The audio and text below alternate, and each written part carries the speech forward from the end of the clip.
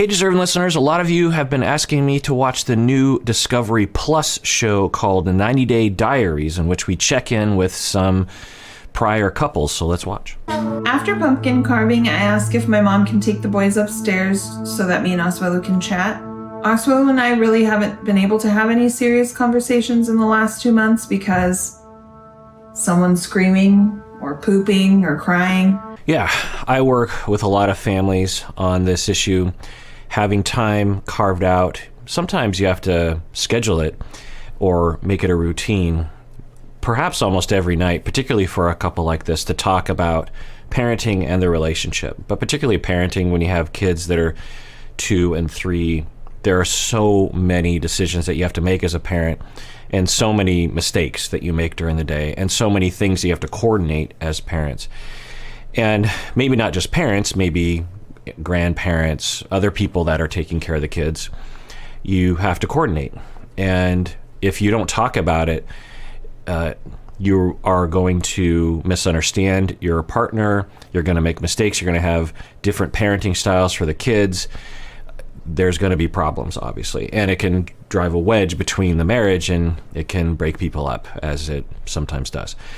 So, and it's not a cultural thing to have a half an hour every night to talk about parenting.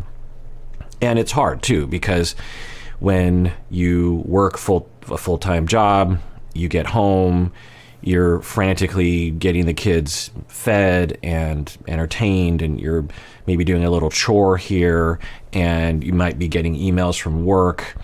There's so many things to do. In your days off, you finally get a chance to run errands or clean the house or something. And there's just so many, you've got to eat yourself, you've got to go to the bathroom, it's like there's so many different things that take up the day. And that doesn't even include like doctor's appointments or your own disabilities, this kind of thing. So you have to spend time. A lot of couples at this phase, they will have date night and all they'll talk about is parenting.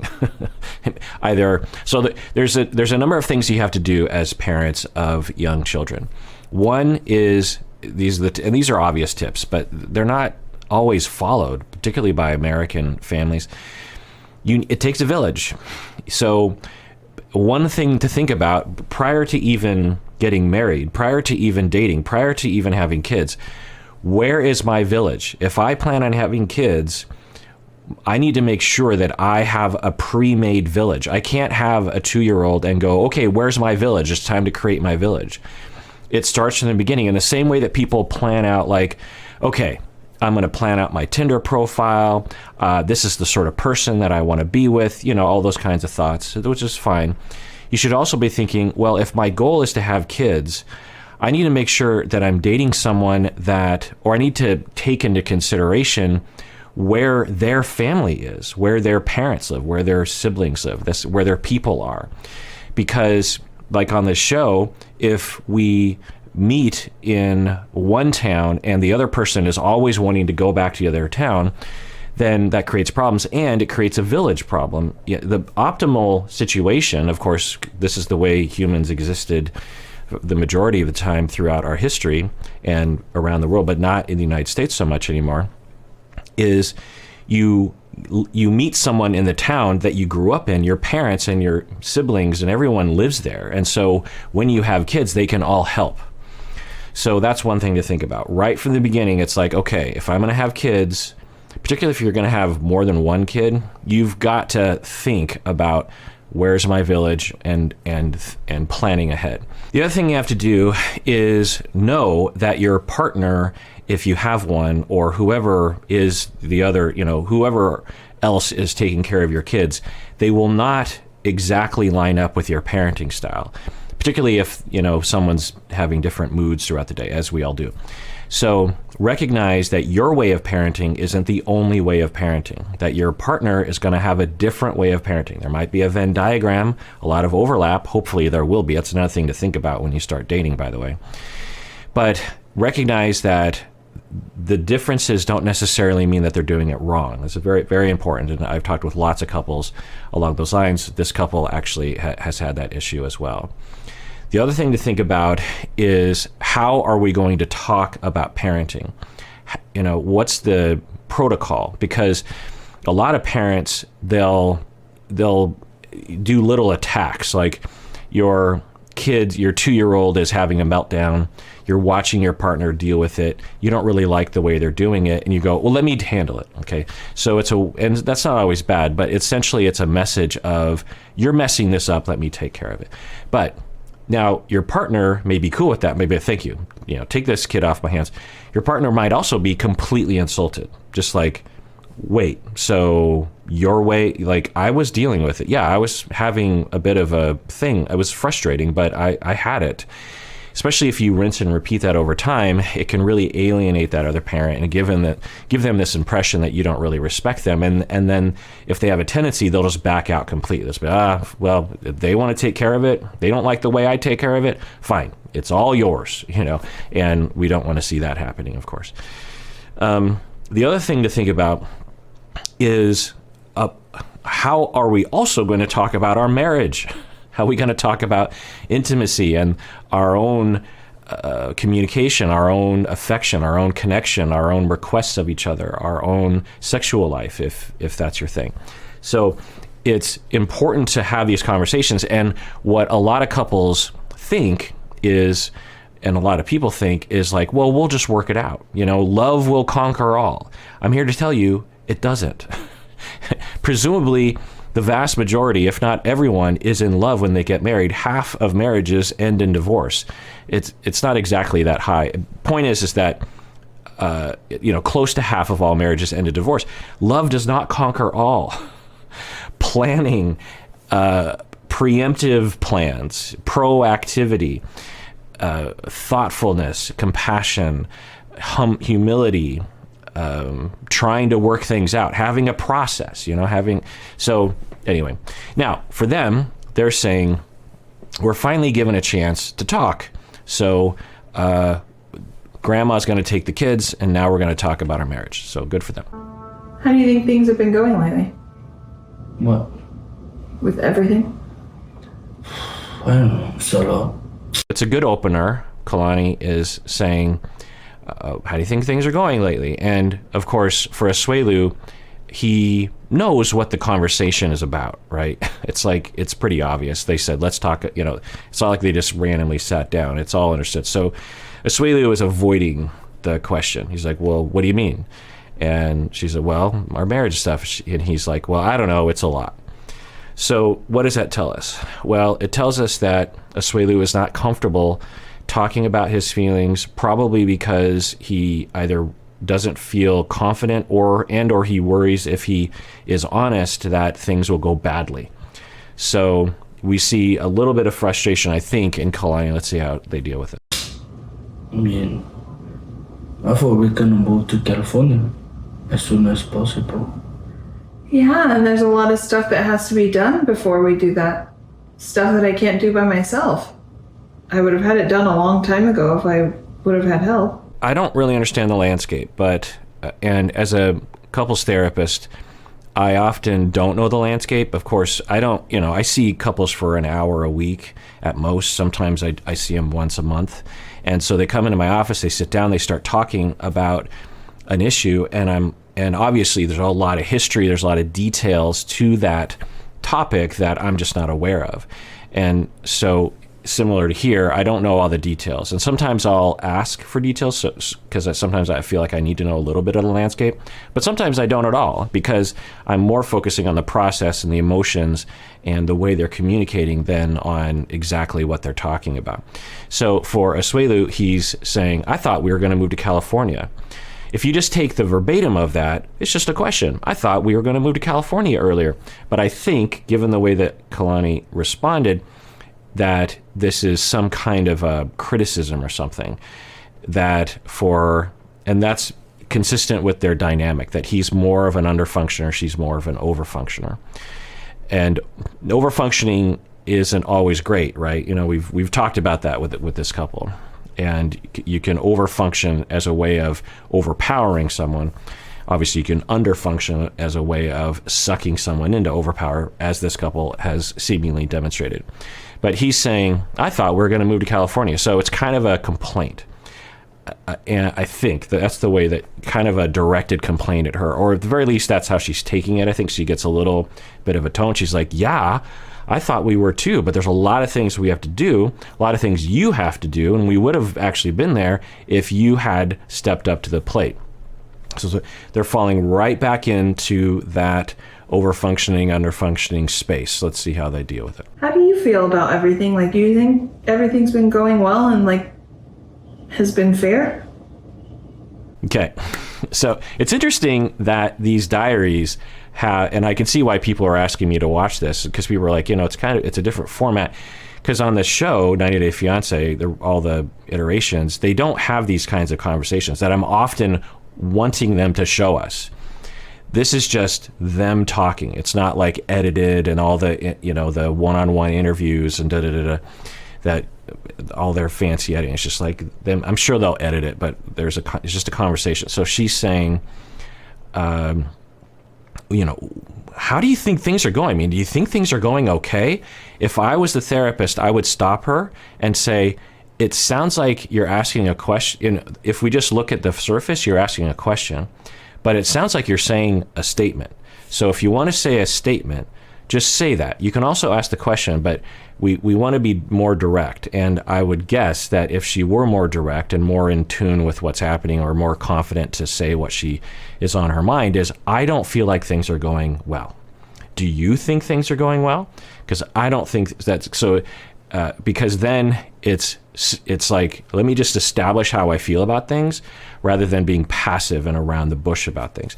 Now, I'm guessing that Asuelu will hear that, but given the way that he typically, he will hear that as an attack or a criticism at the very least of, do you think things are going well? I mean, do you really think things are going? It's that kind of sarcasm in a sense, or I don't know, tone to the question.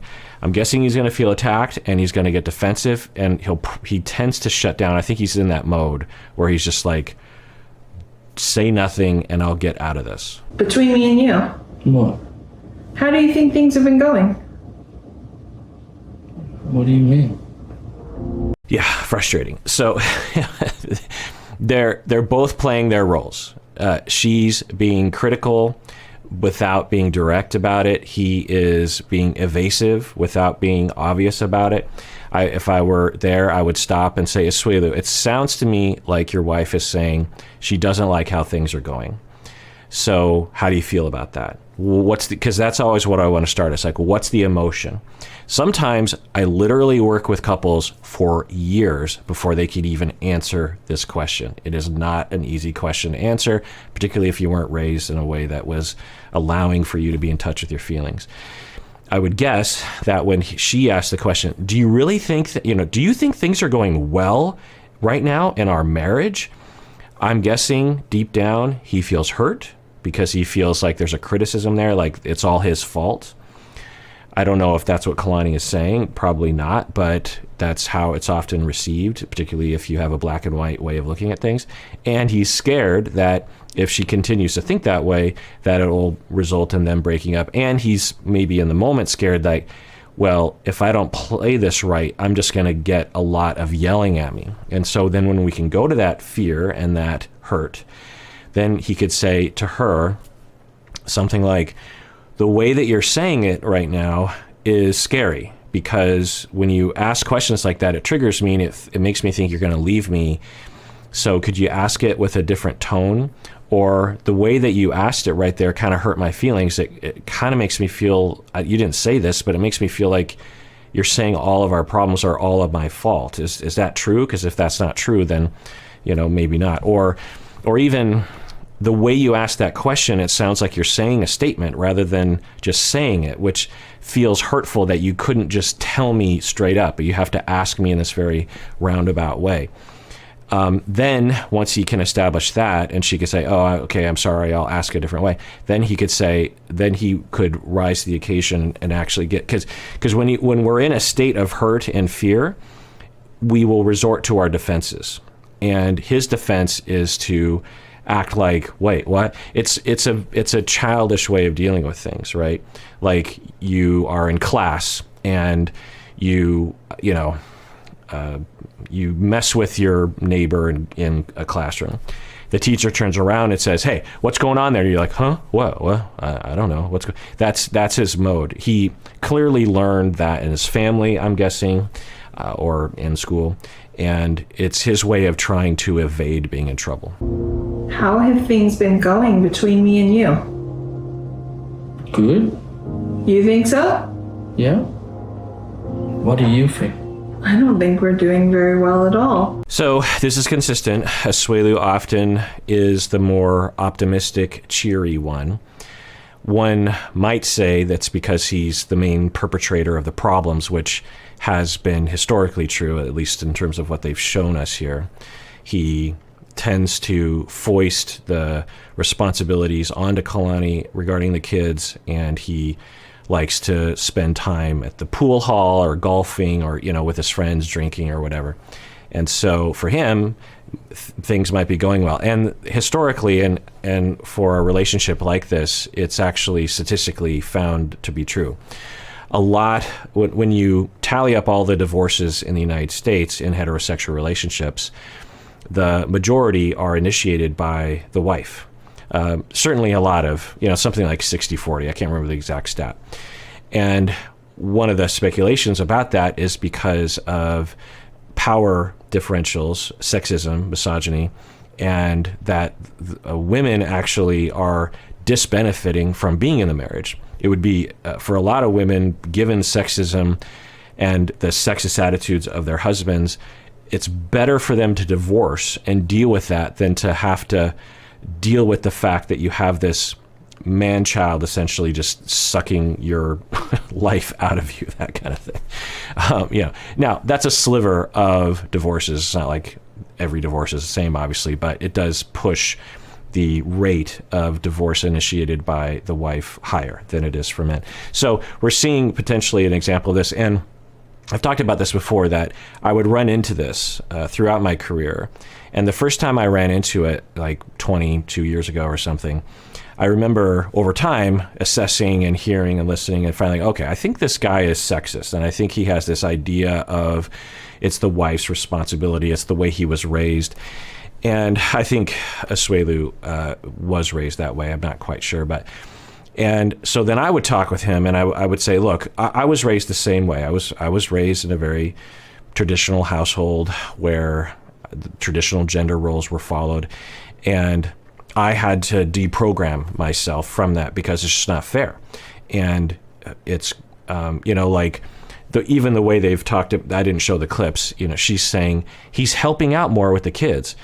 Why is the father helping out whereas the mother is parenting? Like, they should both be parenting. One shouldn't be helping out. Now, it comes from a history where in the, traditional mainstream middle-class privileged household, which is a narrow percentage of households in the 50s, 60s, the wife didn't work, and so the husband would be working 9 to 5. He would come home and he would help with the parenting. So it was along those lines. From what I can tell about the two of them, they both work. Do they not? Anyway, point is that point is, you get my point. And so I would sit down with the husbands and I would grill them and I would say, look, I get it, but you got to change. Like, we understand. And I'll never forget, I went down this road with this one husband, and I just figured, he would see the light and be like, yeah. And maybe he would resist. Maybe there would be a transition period. Maybe there would be some adjustment. But it would, he would but at least he would consciously agree with me, right? And I'll never forget, we went down that road, all of his excuses, we would head off at the pass. Weeks would go by. Every time we would revisit it, I would check in with the wife. And we even broke down, like, okay, let's break down that, because he was so defensive that we would break down the chores, and we'd actually write him out and say, like, okay, this chore takes this amount of, because we're trying to make some sort of grid of, like, well, if you're both working full time, then you really should be doing 50% of the housework and the child rearing, right? So we broke down all that stuff, because a lot of husbands will say, well, I take care of the lawn and the gutters, and it's like, yeah, it's great, but when you add up all the time it takes to do those things, it's far below just the day-to-day house stuff and child rearing. Anyway, there are also factors in terms of, like, some people want the house to be very clean, and so you got to kind of work that in as a factor. But anyway, so I was talking with the husband, I was, grilling him, and and finally we break it down, and he was only doing like 20% of the housework, this kind of thing, and he agreed. And then I thought, okay, he's going to see the light, he's going to change his ways, and he's like, yeah, nah, basically what he said was, I hear you, you're right, wife and therapist, that I am only doing 25% of the housework, and that's not fair. I understand that. Yeah, that's totally true. But as a man, I cannot do those things. I just can't. And it's never going to happen. So let's just move forward. And I just was stunned. I was like, oh, what? Like, it was bizarre. And I, of course, now, after bumping into that a number of times, appreciate the programming, particularly around toxic masculinity, that is so strong that even when it goes against all logic, some men just can't adjust, because their self-esteem is so low, I think, that they can't tolerate the potential humiliation of not being the ideal masculine male in our society. If they're caught vacuuming and someone sees them from the outside, their self-esteem is so low that they just can't tolerate it. They're just like, well, but I've got to always be a man. And for some men, their definition of their self-esteem, that as they're just trying to claw any kind of self-esteem that they can out of the situation, they're just like, well, at least I'm superior to my wife. It's that kind of desperation. But anyway, so Asuelu's always kind of exhibited that, and she's trying to talk. So it kind of benefits him as well as a power play to just be like, what? Everything's fine. And to frustrate the situation. There's even a nefariousness to this, where if you just act blank, you're like, yeah, I think things are going well, and you just don't offer anything to the table, that she will explode, and he'll be like, there you go again, and then she'll feel bad about herself, and then the conversation will be over. When my mom's gone, I don't get that. I'm by myself. I'm with them almost the whole day. I'm doing everything almost completely by myself. I'm really surprised that she bring this up. Like, all the thing I hear is just, it makes me like I'm a bad husband. This is what I was thinking was happening. Earlier I was speculating as to what's going on. Why is he resisting? Why is he being defensively quiet and acting like he doesn't know what's happening? It's because I think when she criticized, because marriages require criticism. I'm here to tell you. I mean, you could say it's not real criticism, it's more like feedback or requests, but, potato to some extent. That Kalani has every reason to criticize and say, you do not do as much as I do, and you get time off, like to go, he said earlier he's going to go golfing. Golfing in particular, I mean, I used to golf, and it's like 5 hours. So the fact that he can have 5 hours of time to just hang out with his friends and go golfing is phenomenal, given the fact they have a 2-year-old and a 3-year-old. I'm sure Kalani does not get 5 hours of free time to just do whatever she wants, without having to be at home. So anyway, her criticism, her feedback, her request is probably valid. And for him, he interprets it as, I'm a bad husband, I'm a bad father. And so that's what we have to work on, because that's not what Kalani is saying. Now, eventually it'll get there, because so here's how it works. She has a legitimate request. I need you to pull your weight more. I need you to be more, I need you to do more work around the house and with the child rearing. He interprets it. Now it's kind of in her tone a little bit, but she didn't really say that, but it's, you could argue her tone could be better, but she certainly didn't come across strong in that negative way. He misinterprets it deep down as, I'm a bad father, I'm a bad husband. That's not what she's saying. That's not a rational reaction.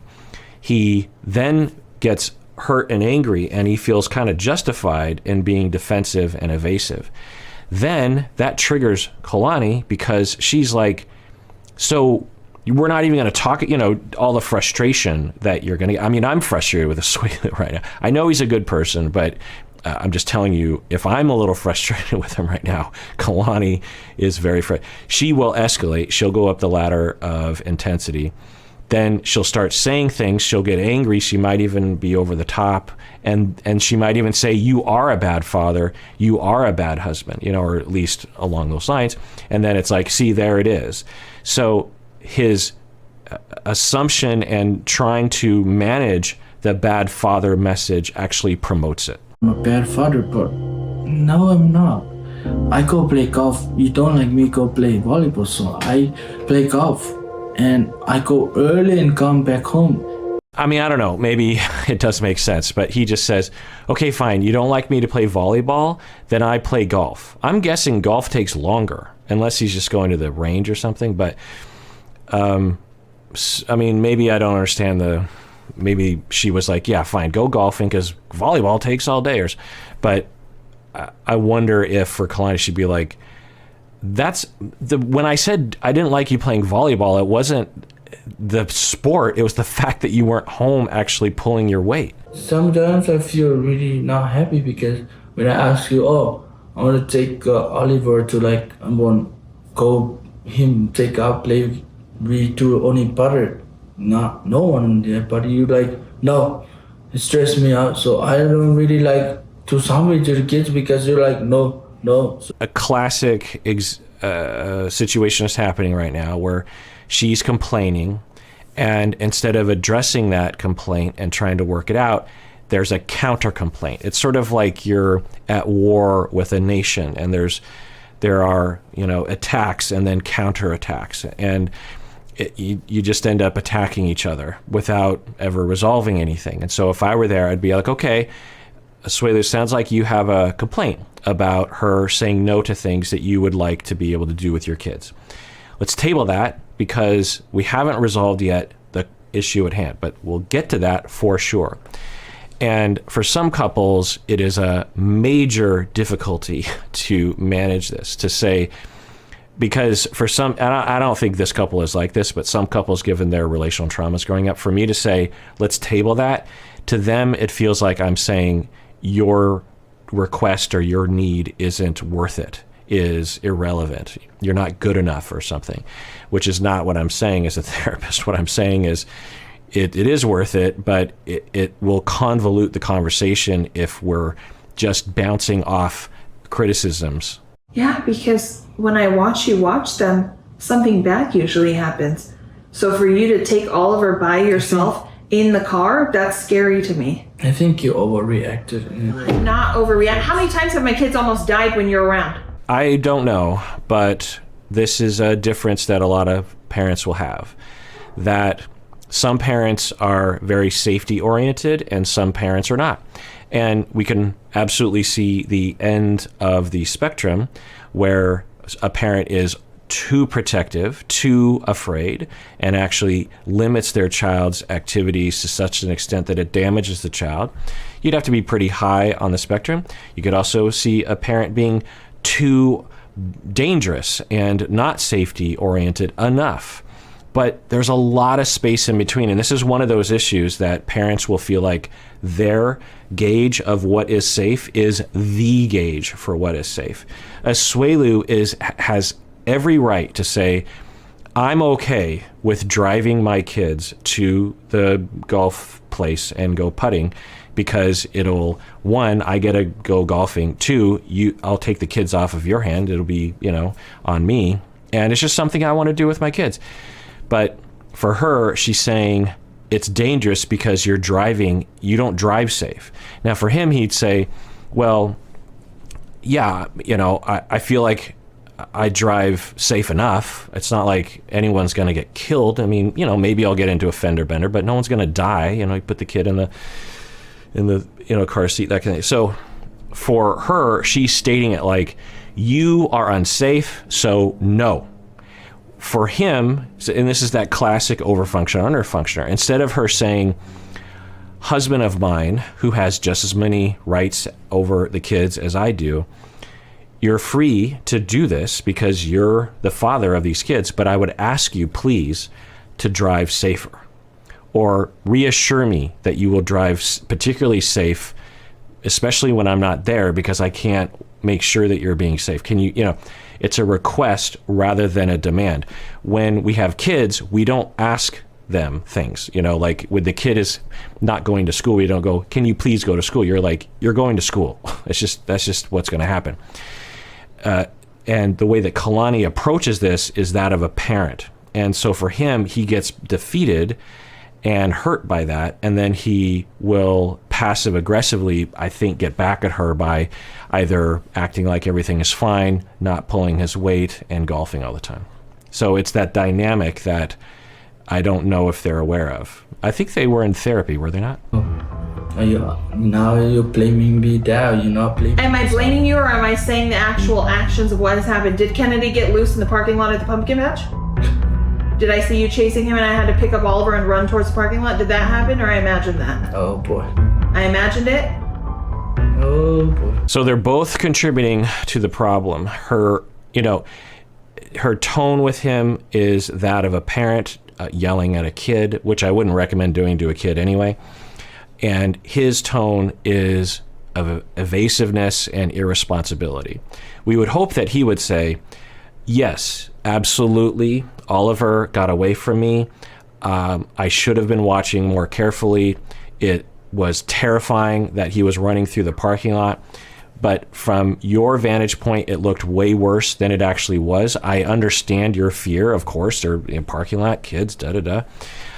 Remember, I was raised with a different kind of sense of safety. You want things to be ultra safe. I'm okay with things being a little looser, but I understand. We would want him to say something along those lines, but that's not what he says. It's like, oh boy, here we go. The way a teenager would act. Is there a big deal of me? Yes, it's a big deal. A toddler being in a parking lot. I think I'm gonna done with this talk because. So she starts to escalate, and then he walks away. So this is unfortunate. I think where we left off with them, they had a lot of these kinds of talks, and worse, and very similar dynamic, very similar foundation to how things would spin out of control. And then they worked on their relationship. They spent time together. He stepped up to the plate more. She even mentioned that earlier in the episode. I didn't show that he's been pulling his weight more, maybe not a lot. And they were having intimate times and fun times, and things really turned around. So it's unfortunate that they seem to be not out of the woods yet. Yeah, because you can't talk about problems, and this is why we fight, and this is why it's not going to work. So both people walk away completely convinced that they're right. He walks away going, she yells at everything. She is way too uptight about everything. And so why does she always have to yell at me?